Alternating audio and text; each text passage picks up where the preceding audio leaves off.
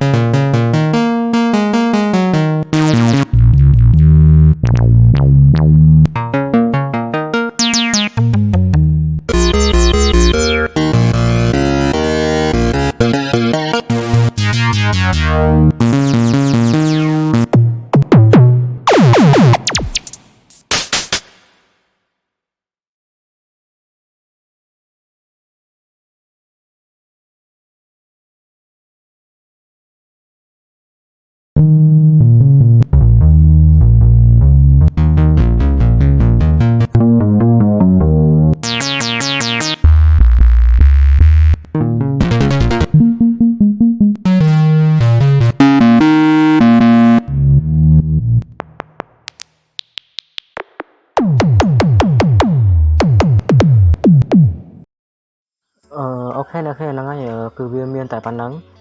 គឺវាមានតែ4ពណ៌ហ្នឹងហើយអ្នកគេបែរជាស្ដាប់ដឹងហើយថាតើវាព្រោះហើយក៏មិនព្រោះស្អីលើអ្នកទាំងពីចិត្តអស់ហើយខ្ញុំសោតតែកន្លែងណាដែលព្រោះសម្លេងចែកជូនទៅកាន់បងប្អូនគ្នាអញ្ចឹងហើយណាមួយខ្ញុំមាន band ជាធ្វើឲ្យខ្ញុំបាន add នៅ preset ចូលទៅកាន់ក្នុងដែរវាមានចំនួន22 wall ណាបាទក្នុងដែរហើយសម្រាប់ wall ហ្នឹងខ្ញុំចាំខ្ញុំចេញនៅវីដេអូក្រោយៗទៀតដើម្បីចែកទៅកាន់បងប្អូនគ្នាអញ្ចឹងណែអញ្ចឹងសម្រាប់វីដេអូមួយនេះក៏មានប៉ុណ្្នឹងដែរហើយសម្រាប់ link គឺអ្នកទាំងគ្នាគ្រាន់តែធ្វើការចុច like ខ្ញុំម្នាក់មួយទៅហើយសម្រាប់ password អីគឺអាចធ្វើការតាមដានដល់ចប់ទៅអ្នកគ្នានឹងឃើញដូចខ្ញុំបញ្ជាក់នៅវីដេអូonline ដែរអញ្ចឹងអូខេមានប៉ុណ្ណឹងទេអ្នកគ្នាអូខេបាយបាយបងប្អូនអរគ្នា